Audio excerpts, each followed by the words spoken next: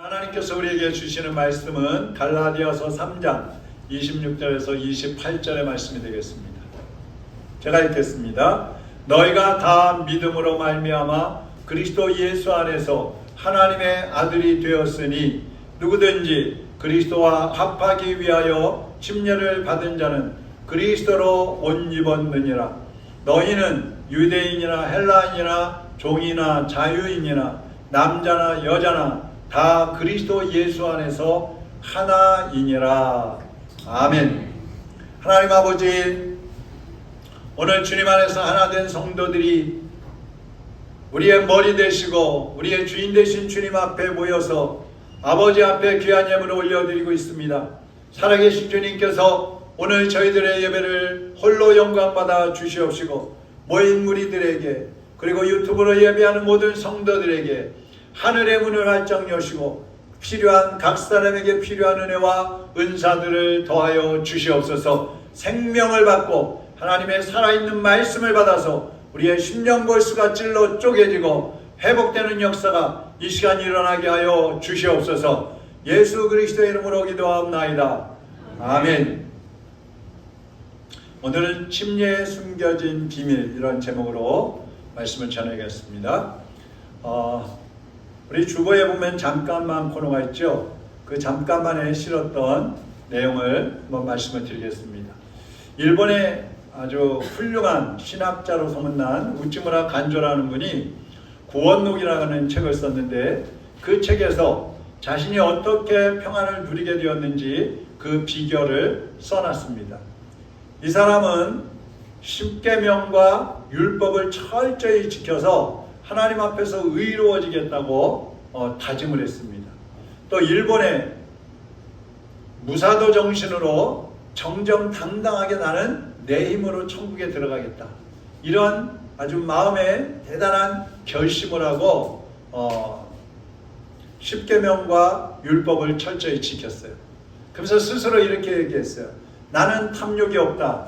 나는 일체 거짓이 없다. 나는 모든 사람을 미워하지 않는다. 이렇게 다짐을 하면서 살았습니다. 근데 결국에 가서는 이 모든 것이 다 무너지고 이렇게 말합니다. 이것은 낡은 의복 조각 같았다. 무슨 얘기냐면, 낡은 의복은 어떻게 돼요? 옷이 낡으면 막 구멍이 나지 않습니까? 제가 어렸을 때는 이 옷을 이렇게 돌려서 입었어요. 형이 입었던 옷 제가 입고, 또 옆에 집에서 입었던 옷 또 가져와서 입고, 그러다 보니까 옷이 낡아가지고 무릎을 기어서 입는 거는 뭐 보통이었습니다. 근데 그 옷을 입다 보면 여기에 기우면 저기가 구멍이 나고, 저쪽에 기우면 이쪽이 구멍이 나고, 그 자꾸 떨어지는 거예요. 근데 이 우찌무라 간조가 그런 생각을 한 거야. 내가 열심히 노력하고 힘써서 산다고 사는데 보니까 나는 구멍난 옷과 같다는 거야. 부패한 인간이더라는 거. 몇 달 동안은 말조심도 하고 행동조심도 했는데 조심하면 할수록 자기는 더 찢어지고 더 약한 인간이라는 것이 깨달아지는 겁니다. 그래서 결국에는 이렇게 고백합니다. 오호라, 나는 괴로운 사람이로다. 누가 나를 건져내랴. 이렇게 탄식하면서 나는 부정한 사람이로다. 나는 거짓된 사람이로다. 나는 죄인이로다. 나는 음란한 사람이로다. 나는 하나님을 경외하지 않는 사람이로다. 이렇게 탄식하면서 자기의 무능함을 고백을 합니다. 그리고 자기의 죄악된 모습을 주님 앞에 내려놓았을 때에 예수 그리스도의 십자가를 만났다 그랬어요. 예수님의 십자가를 만나고 또 이렇게 고백합니다. 예수님은 나의 의이시오 나의 주인이십니다. 나는 의가 되시는 주님으로 인해서 선해질 수 있었습니다. 이렇게 고백을 합니다. 아무 공로 없지만 주님의 의롭다 하심을 받아서 내가 오늘 의인이 되었고 하나님의 자녀가 되었습니다. 이렇게 고백을 합니다. 그때부터 이 우찌무라 간조의 마음속에 평안이 찾아왔어요. 사랑의 사람이 되었어요. 그 마음속에서 막 새로운 생명이 용서서 미쳤습니다. 기쁨이 넘쳤습니다. 여러분, 예수님을 믿고 주님 안에서 막 기쁨이 용서서 미치는 거, 평안이 찾아오는 거 느껴보셨습니까? 예수님을 모르는 사람들은 자기 능력, 자기 힘으로 살려고 부단히 힘을 씁니다. 발버둥을 막 칩니다. 그러다가 절망을 하게 되는 거죠. 야, 내 입은 안 되는구나. 나에게는 한계가 있구나. 그래서 쓰러지고 탄식하고 어떤 사람은 자살까지 하죠. 그러나 예수 그리스도의 십자가를 의지하는 사람은 죄에서 구원받고 예수님과 한 몸으로 살게 되는 것입니다. 이 체험을 하게 되는 거예요. 그래서 예수 믿는 성도들을 한 가족 한 몸이라고 이렇게 성경은 말씀을 하고 있는데, 그럼 우리가 어떻게 예수님과 함께 또 성도들이 한 마음 한 가족 한 몸이 될 수 있을까? 그것을 여기 오늘 본문에 말씀하고 있어요. 26절을 보면요, 예수님을 구주로 믿을 때 하나님의 아들이 된다 그랬어요. 누가 된다고요? 하나님의 아들이 된다. 아니, 하나님의 딸은 아니고 아들만 되나? 그렇게 생각하지 마시고, 아들은 대표하는 거예요. 예수님을 믿는 사람은 하나님의 아들이 되고 하나님의 딸이 된다는 말입니다. 예수 그리스도를 믿으면 하나님의 자녀로 다시 태어나서 모든 성도들과 함께 하나님을 아버지로 모시고 한 가족이 되고, 또 예수님 안에서 영생을 누리고 또 천국에 갈 수 있는 천국 백성이 된다는 거예요. 그리고 27절에 보면 하나님의 아들이 된 사람들은 침례를 받는데, 그 침례를 받음을 통해서 예수님과 또 연합이 되고 한 몸이 된다고 말씀을 하고 있습니다. 그리고 28절에 보면은 그리스도와 연합해서 침례를 받은 사람들은 남녀노소 또 부하거나 가난하거나 빈부귀천 가리지 않고 지위고하를 막론하고 모든 사람이 한 몸이 된다는 거예요. 한번 따라하겠습니다. 우리는 한 몸이다. 우리는 한 가족이다.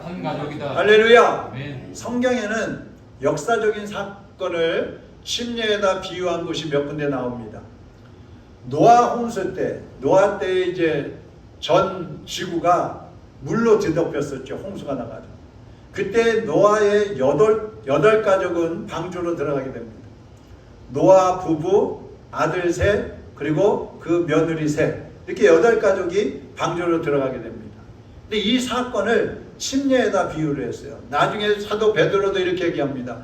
베드로전서 3장 21절에 보면 물은 예수 그리스도께서 부활하심으로 말미암아 이제 너희를 구원하는 표님 곧 침례라. 이는 육체의 더러운 것을 제하여 버림이 아니요 하나님을 향한 선한 양심의 간군이라 그랬어요. 이 무슨 말이냐면, 베드로가 온 땅이 물에 뒤덮여 가지고 죽음의 무덤처럼 변해버린 지구촌에서 이제 노아의 8가족이 방주에 들어가 가지고 구원을 받게 됐다 이 말이에요.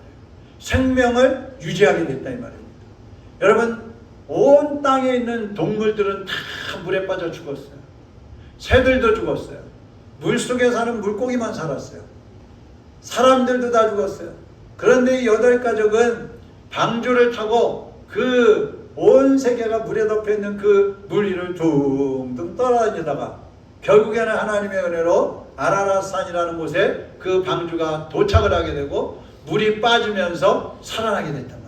이거를 침례에다 비유를 했어요.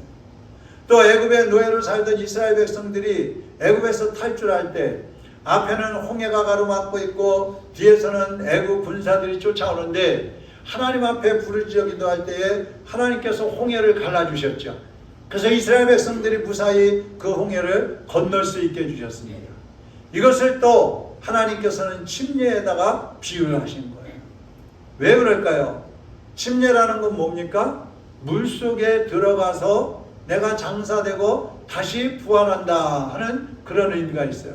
그러니까 홍해라는 물을 통과하고 또 온 세상에 뒤덮여 있던 그 물 속에서도 다시 살아났기 때문에 침례에다가 비유를 하고 있는 것입니다.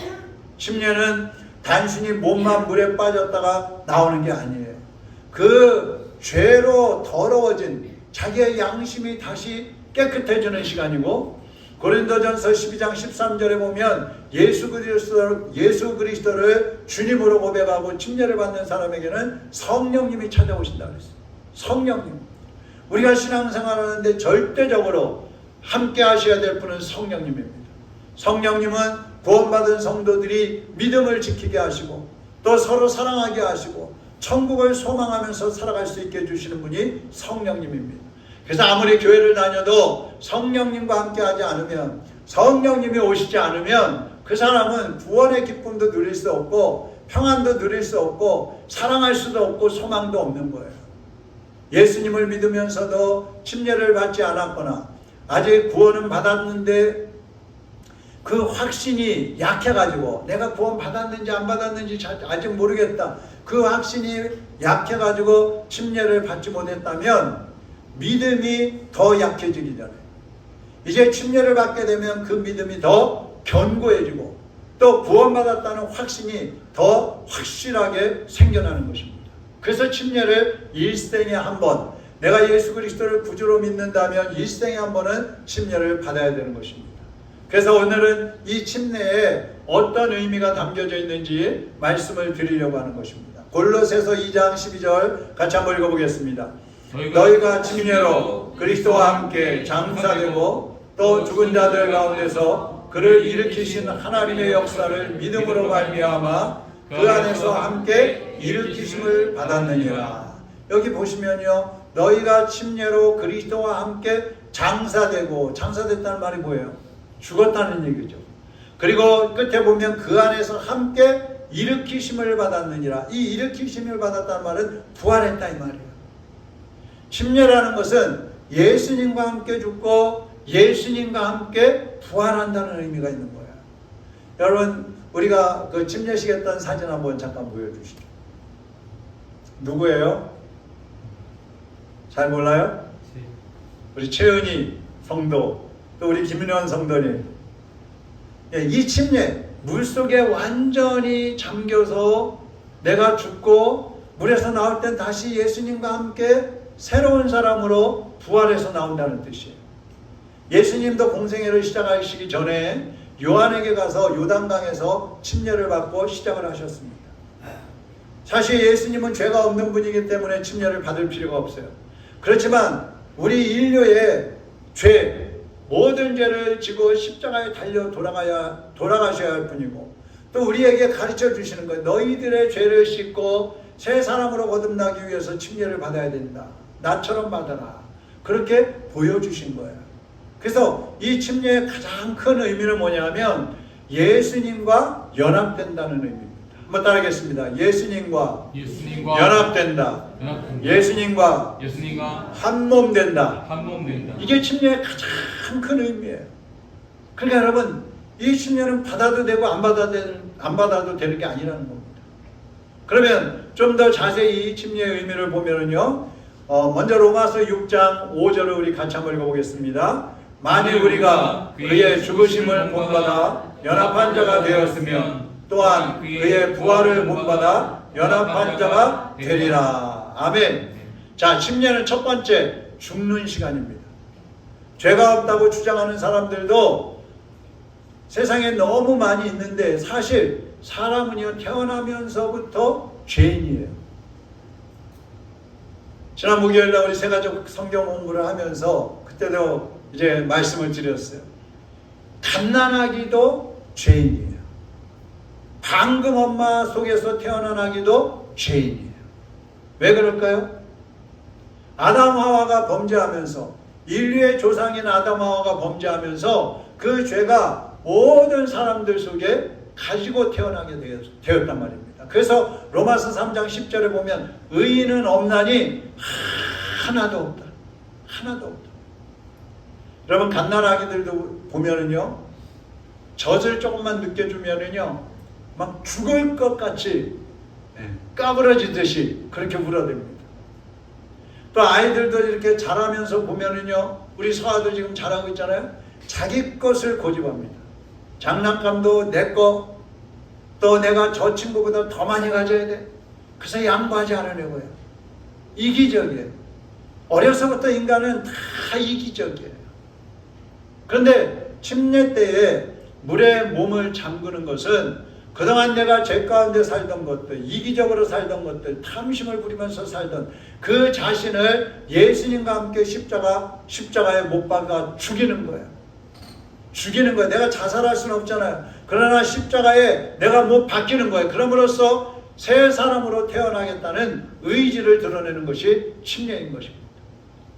그리고 물속에 잠깐 잠겼다가 몇 초 있다가 이제 나오는데 그것은 무덤 속에 예수님이 3일 동안 장사 지내신 것처럼 우리도 무덤 속에 들어가서 장사되었다 이런 뜻입니다. 그래서 이제 장사된 데서 끝나는 것이 아니라 곧 나는 거듭난다 이 준비를 하는 시간이 바로 물속에 있는 시간인 거예요. 그리고 두 번째로 다시 태어나는 시간입니다.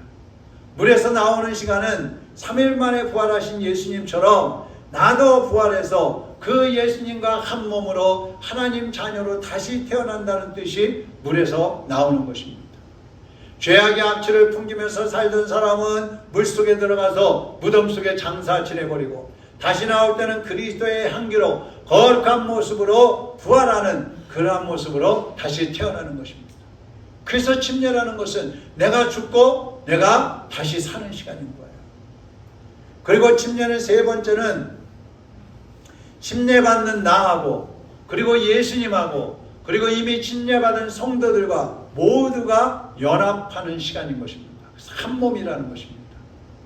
우리가 눈으로 보면은요, 물속에 들어갔다 나올 때 혼자 들어갔다 나오는 것처럼 보이잖아요. 그러나 사실은 내가 예수님과 함께 물속에 들어가는 거고 예수님과 함께 무덤에 장사되는 거고 예수님과 함께 다시 부활해서 나오고 있는 거예요. 그래서 예수님과 함께 부활해서 나오면 그동안 침례받았던 모든 성도들과 비로소 한 몸이 되는 것입니다. 그래서 교회법에서는요, 침례를 받아야 교회의 정회원이 되는 거예요. 정식 교인이 되는 거예요. 그래서 이 침례가 중요한 것입니다. 그래서 우리가 성만찬식, 주의 만찬을 할 때에도 침례받은 사람만 하는 것입니다. 구원의 확신이 있는 사람 물론 받지만 침례를 받지 않으면 그 사람은 구원의 확신이 없는 사람으로 여겨지기 때문에 침례를 받지 못하게 하는 거예요. 내가 예수님과 함께 죽고 내가 예수님과 함께 다시 살아서 이제 나는 구원받았습니다. 나는 모든 성도들과 한 몸이 되었습니다. 나는 천국 시민이 되었습니다. 나는 이제 지금 죽어도 천국 갈 수 있습니다는 그런 확신을 갖게 하는 것이 바로 침례인 것입니다. 그 다음에 네 번째로 침례는 선포하는 시간입니다. 선포.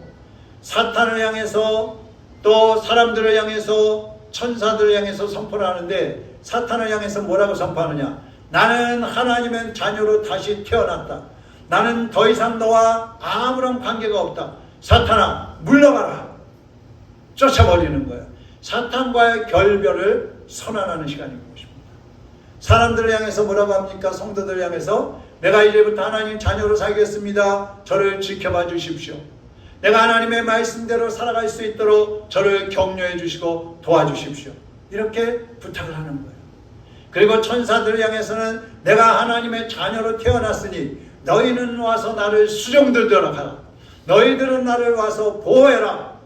천사들은요, 성도들을 수종드는 종들이에요. 종들.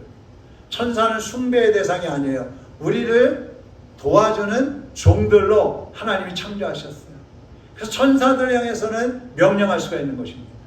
자, 이렇게 영적인 세계에서의 나의 위치, 내가 예수님을 믿지 않았을 때는 어떻게 살았어요? 사탄에게 끌려다니면서 살고 사탄의 종으로 살았잖아요. 그런데 이제는 그 사탄과 결별을 선언하는 거예요.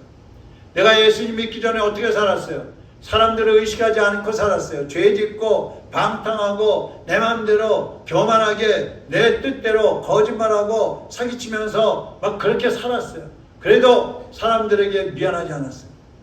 그런데 이제는 내가 구원받은 하나님의 자녀가 되었기 때문에 사람들 앞에서도 부끄러움 없이 살아야 된다는 것이죠. 그리고 천사들을 우리는 숭배자로 그렇게 여기면서 도와주세요, 도와주세요, 천사님 와서 도와주세요. 이런 식으로 생각하면서 살았어요. 그러나 그게 아니고 이제는 천사들을 우리의 종으로 부리면서 살 수 있는 그러한 권세, 그러한 자격을 얻게 되는 것이 바로 침례의 모습인 것입니다. 그 다음에 다섯 번째로는요, 침례는 주인을 바꾸는 시간입니다. 뭘 바꿔요? 그동안은 내 주인이 누구였어요? 마귀였어요. 사탄이었어요. 죄가 나의 주인이었어요. 그런데 이제는 마귀는 결별하고 예수 그리스도를 주인으로 모시고 그 주님께 순종하겠다는 결단을 하는 시간이 바로 침례를 받는 시간입니다.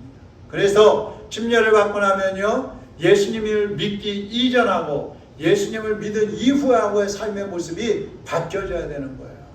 바뀌어져야 돼요. 예수님 믿기 전에는 누가 주인이었어요? 마귀가 주인이었어요. 그러니까 마귀처럼 사는 거예요. 근데 예수님 믿고 나면 예수님이 주인 되니까 누구처럼 살아야 돼요? 예수님처럼 살아야 되는 거예요. 그래서 바뀌어지는 겁니다.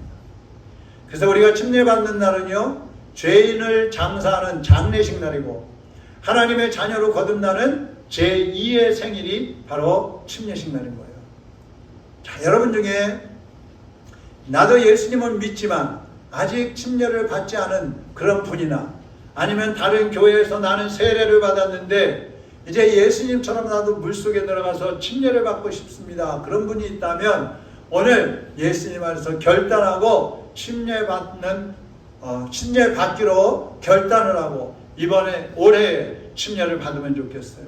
바로 침례는 믿음의 결단입니다. 믿음의 결단. 침례는 단순한 어떤 의식이 아니에요. 다시 태어나는, 죽고 사는 그런 중요한 시간이 침례인 겁니다. 그래서 우리는 예수님을 믿고 새 출발한다는 그런 결단을 가지고 침례를 받게 되는 것입니다. 로마서 6장 11절 우리 같이 한번 읽어보겠습니다.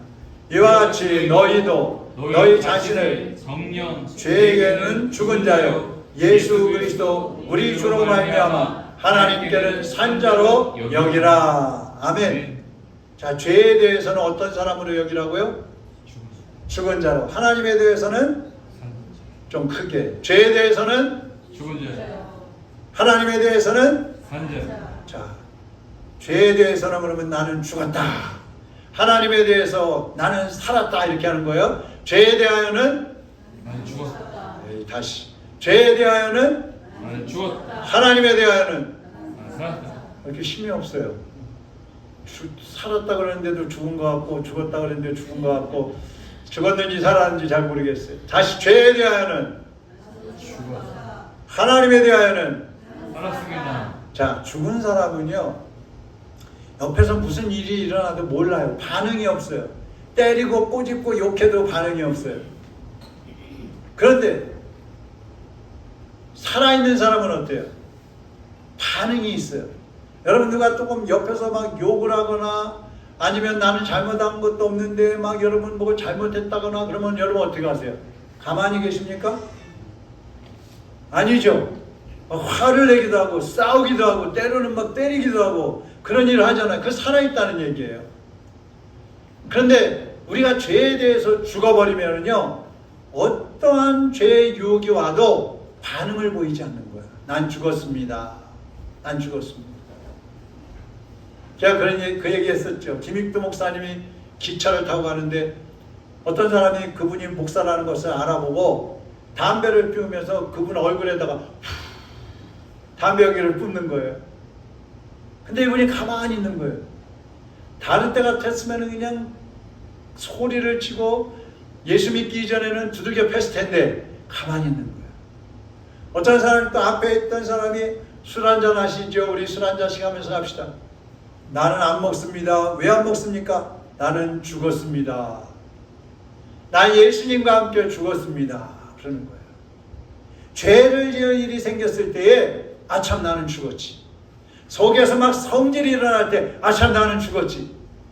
억울하고 그래서 참지 못할 것 같을 때 아참 나는 죽었지. 자기는 죽은 자로 여기는 거예요. 근데 하나님에 대해서는 어때요? 하나님에 대해서는 나는 살았다. 하나님이 기뻐하시는 일에 대해서는 적극적으로 일어나는 거예요. 순종하면서 나가는 거예요. 이것이 바로 침례받았다는 증거입니다. 미국의 두 여성이 같은 시기에 헐리우드 영화 배우가 되었습니다. 한 사람은 굴린 타운센트라는 사람이고 또 한 사람은 우리가 잘 아는 마릴린 몬로예요. 몇 년 후에 이 마릴린 몬로가 타운센트를 찾아갔는데 이 타운센트는요 영화배우로 데뷔는 했지만 곧 예수님을 믿고 목사님하고 결혼을 했어요. 마릴린 몬로는 그대로 섹스의 심볼이 돼가지고 헐리우드의 아주 유명한 영화배우로 잘 나갔습니다. 근데 어느 날 이 마릴린 몬로가 타운센터를 찾아왔어요. 그리고 이렇게 얘기합니다. 우리가 영화 배우가 되기로 했을 때 나는 어떻게 해서든지 스타가 되겠다고 마음을 먹었지. 그래서 나는 꿈을 이루었어. 그런데 나는 큰 대가를 치루었지. 지금 나는 세상에서 가장 비참한 사람이 되었어. 이렇게 고백을 했어요. 그리고 얼마 후에 이 마릴린 먼로는 자살을 해버렸어요. 여러분, 지금 죄인으로 살던 여러분의 옛사람을 십자가에 못 박아 죽이고 내가 영원한 하나님 나라에 들어가서 살 것인지, 아니면 내가 지금까지 살아왔던 대로 죄인의 모습으로 그대로 살다가 돌아올 수 없는 지옥에 들어갈 것인지, 그것을 여러분이 결정을 해야 됩니다. 지금 여러분 자신을 십자가에 못 박고 예수님과 함께 부활의 새 생명으로, 영원한 새 생명으로 다시 태어날 것인지, 아니면 예수님을 거부하고 지금까지 내가 살아왔던 대로 죄악 가운데 살다가 영원한 사망, 하나님의 심판을 받고 지옥에 들어갈 것인지, 그것을 여러분이 결정해야 된다 말씀입니다. 이것은 누가 해주는 게 아니에요. 내 결단에 따라서 하나님께서 여러분을 구원하실 수도 있고 여러분을 심판하실 수도 있는 것입니다. 어떤 사람들은 자꾸 주저합니다. 예수님 믿으시죠? 예수님 영접하시죠? 글쎄요, 조금 더 다녀보고요. 침례 받으시죠? 글쎄요, 아직 잘 모르겠는데요, 좀 더 있다가요. 자꾸 밀어요. 그런데 밀면 밀수록 우리의 믿음은 자꾸 회의가 생기는 거예요. 결단을 하고, 믿음이라는 것은 감정이 아니에요. 결단이에요. 결단. 내가 예수님을 믿겠습니다. 내가 이제 하나님의 자녀로 살겠습니다.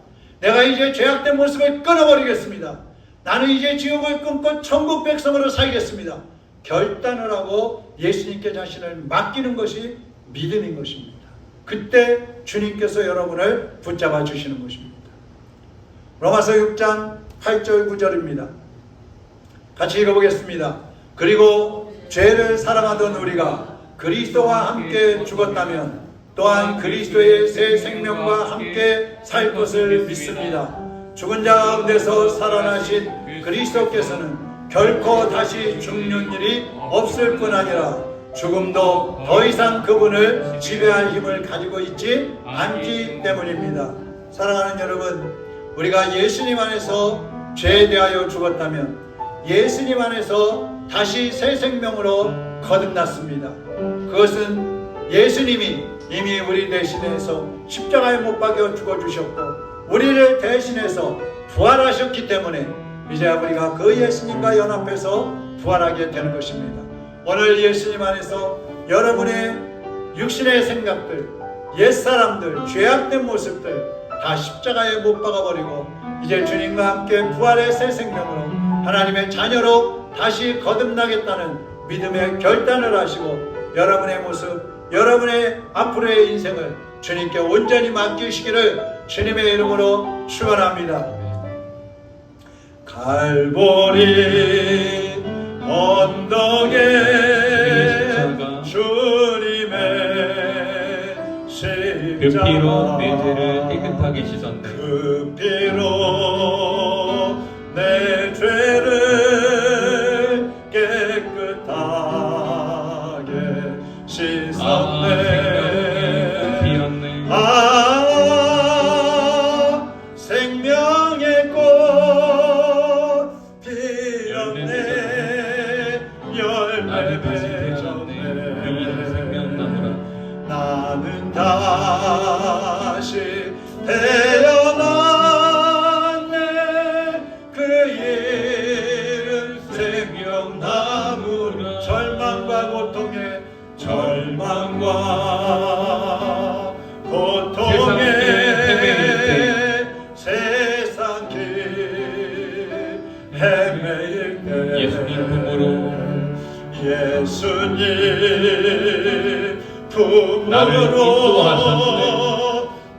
나를 인도하셨네. 꽃 피었네. 생명의 꽃 피었네. 열매 맺었네. 나는 다시 태어났네. 나는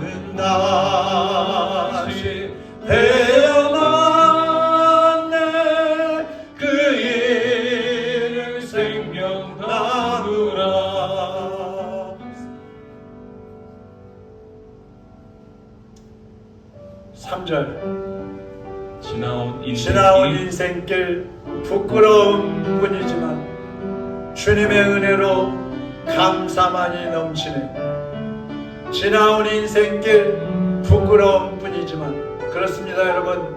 우리의 지나온 인생길을 돌아보면 부끄러운 것 뿐이에요. 탄식밖에 나오는 것이 없어요. 절망과 낙심만 될 수밖에 없어요. 그러나 주님의 은혜로 이제는 감사가 넘치는 삶이 되었습니다. 평안이 넘치는 삶이 되었습니다. 생명이 넘치는 삶이 되었습니다. 생명의 꽃이 이제는 피었습니다. 열매를 맺어야 합니다. 주님의 십자가에서 우리가 죽을 때에 그 죽음을 통해서 생명의 꽃이 피었고 생명나무에 열매가 맺기 시작하는 것입니다. 오늘 주님 앞에 여러분을 온전히 되어 드리시기를 바랍니다. 주님의 십자가에 여러분을 온전히 못 박으시기를 바랍니다. 교만과 자만과 이기심과 내 힘으로 살겠다고 하는 그러한 거짓된 모습들 다 십자가에 못 박아버리십시오. 그리고 주님 안에서 여러분의 생명을 주님이 이끌어달라고, 다시 살려주시고 회복시키시고 열매 맺게 해달라고, 하나님의 자녀로 구원의 확신을 가지고 흔들리지 않고 살아가게 해달라고 이 시간 우리 다같이 주님 앞에 기도하겠습니다. 살아계신 하나님 아버지, 우리의 삶을 돌아보면 너무나 절망스럽고 탄식뿐이고 부끄러운 것뿐입니다. 그러나 이제 예수 그리스도 안에 들어와서 우리의 부끄러운 모습들, 절망스럽고 낙심되는 모습들을 다 십자가에 못 박아버렸습니다. 이제는 주님 안에서 새 생명으로 거듭나고 새 생명으로 부활하여서 생명의 열매, 생명의 꽃을 피우기를 원합니다. 주님, 우리의 힘으로 할 수 없사오니 성령의 능력으로 우리를 인도하여 주옵소서. 성령의 권능으로 우리를 인도하여 주시옵소서. 주님의 손으로 우리를 붙잡아 일으켜 세워 주시옵소서. 이제는 세상에 속한 사람이 아니라 하나님의 자녀로 살겠다는 결단을 하고 예수 그리스도의 모습으로 살아가는 하나님 자녀들이 다 될 수 있도록 인도하여 주시옵소서.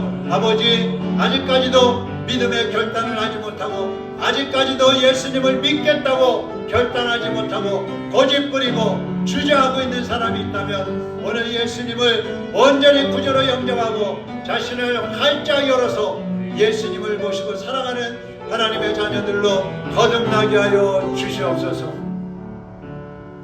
하나님 아버지, 우리의 강팍한 심령을 성령의 불덩어리로 태워주시옵소서. 우리의 교만한 마음들, 거짓되고 불신앙의 모습들 성령의 방망이로 깨뜨려 주시고 이제는 하나님의 자녀로 거듭나서 온유하고 겸손한 예수 그리스도를 닮아가게 하여 주시옵소서. 하나님의 자녀로 살게 하여 주옵소서. 구원의 확신을 가지고 살아가는 하나님의 자녀들이 되게 하여 주시옵소서. 예수 그리스도의 이름으로 기도하옵나이다. 아멘.